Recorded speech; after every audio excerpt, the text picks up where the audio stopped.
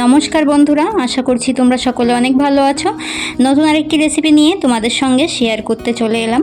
আজকে বানিয়ে দেখাবো দোকানের মতো কাঠি গজা কিংবা চিনির গজা। এই রেসিপিটি বানানো একদমই সহজ।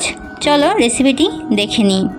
রেসিপিটি বানানোর জন্যই প্রথমেই আমি নিয়ে নিলাম 1 বাটি মতো ময়দা, দিয়ে দিচ্ছি স্বাদ মতো লবণ, দিয়ে দিলাম 1 চামচ মতো সাদা তেল, আর দিয়ে দিলাম 1 চামচ মতো ঘি। ঘিটা ফ্রিজে রাখা ছিল, সেই জন্য ঘিটা এইভাবে জমে আছে। এবারে অল্প অল্প জল দিয়ে ময়দার একটা সুন্দর ডো করে নিতে হবে। ময়দার ডোটাকে বেশি শক্ত কিংবা বেশি নরম করবে না, একটু শক্তর মধ্যেই রাখলে বেশি ভালো হয়। এইখানে আমি কিছু কালো জিরা ব্যবহার করছি। কালো জিরাটা গজাতে দিলে গজাটা খেতে অনেক ভালো লাগে। তোমরা যারা নতুন বন্ধুরা প্রথমবার আমার চ্যানেলে আমার ভিডিওটি দেখছো, আমার চ্যানেলটিকে সাবস্ক্রাইব করে দিয়ে পাশে থাকা বেল আইকনটি অল করে রাখার অনুরোধ রইল, যাতে আমার নিত্য নতুন রেসিপিগুলো তোমরাই প্রথমে দেখতে পাও। ময়দাটাকে একটু শক্তর মধ্যেই মেখে নিয়েছি। ময়দাটা মাখার পরে সাথে সাথেই আমি গজাগুলো বানিয়ে নিচ্ছি। এইখানে একটা বেলুন চাকির মধ্যেই আমি গজাগুলো বানানোর জন্য ময়দার এই ডোটাকে একটু বেলে নেব। প্রথমে এরকম ময়দা দিয়ে ডোটাকে হাতের সাহায্যেই গোল করে নেব, তারপরে বেলুন চাকিতে গোল করে নেব।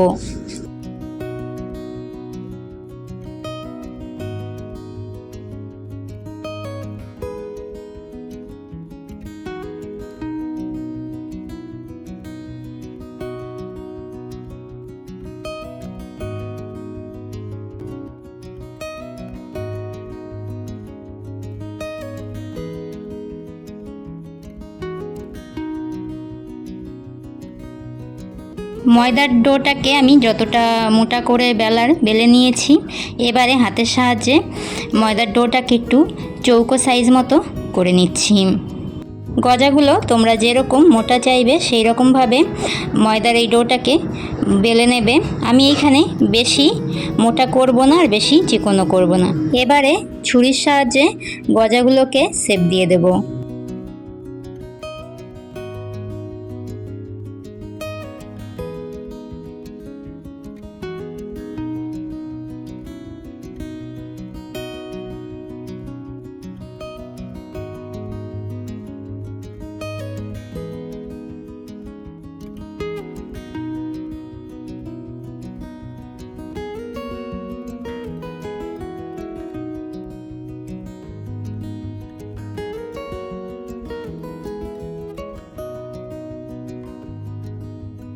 গজার শেপে সব কেটে নিয়েছি।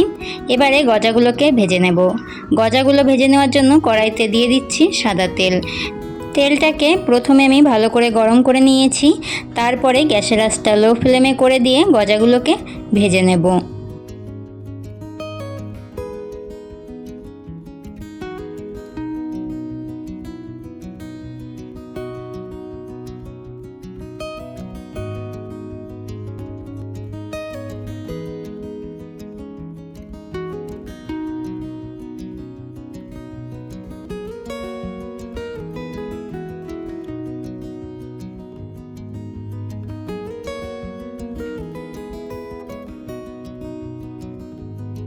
গজাগুলোর যখন ঠিক এইরকম কালার চলে আসবে তখন গজাগুলোকে তুলে নেব।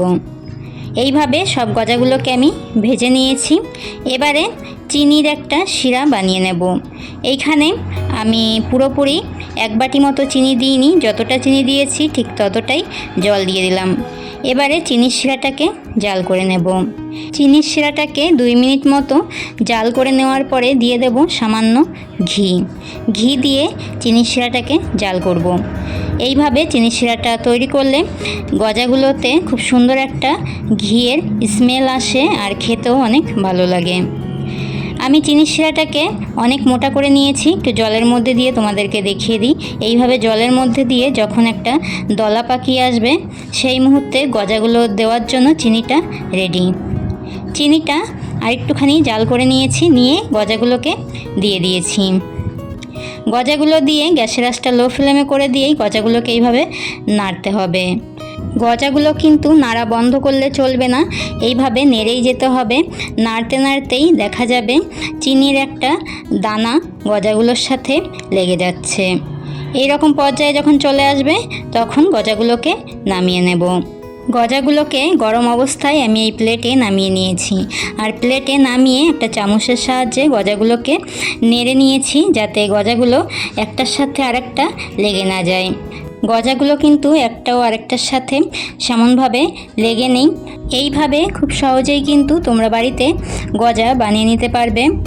আর তোমাদেরকে আমি একটা গজা ভেঙে দেখিয়ে দিচ্ছি গজাগুলো কতটা শক্ত হয়েছে। এই রকম খাস্তা গজা রেসিপি তোমরা বাড়িতে অবশ্যই ট্রাই করবে আর আমাকে কমেন্ট করে জানাবে রেসিপিটি তোমাদের কাছে কেমন লেগেছে। রেসিপিটি ভালো লাগলে অবশ্যই একটি লাইক, কমেন্ট, শেয়ার করে দিও। আজকের মতো এতটাই। আবারও দেখা হবে নতুন আরেকটি রেসিপির সাথে আগামী দিন। সকলকে টাটা।